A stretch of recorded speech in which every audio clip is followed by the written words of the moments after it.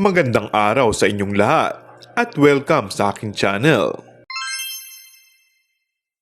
Sinabi ng kapamilya actress na si Kim Chu na inarush daw sila ni Paolo Avellino na pumasok sa isang relasyon. Matatandaan na ayon sa source ay talagang ang aktor ngayon ay masugid na nililigawan ng aktres.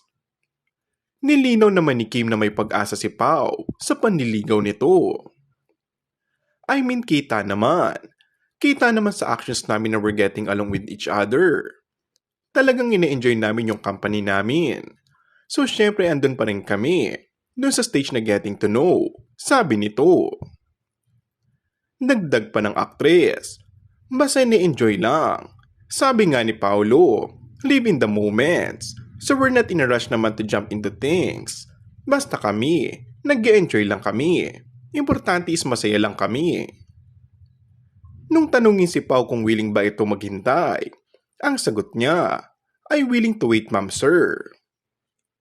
Nauna nang inamin ni Paolo sa isang interview na nililigawan niya ang kanyang co-star. Bukod dito, inamin din ng aktor na nag-I love you na siya sa aktres na mag-guest ito sa isang event. Kung bago ka lang sa akin channel ay mag-subscribe at pindutin na rin ang notification bell. Maraming salamat!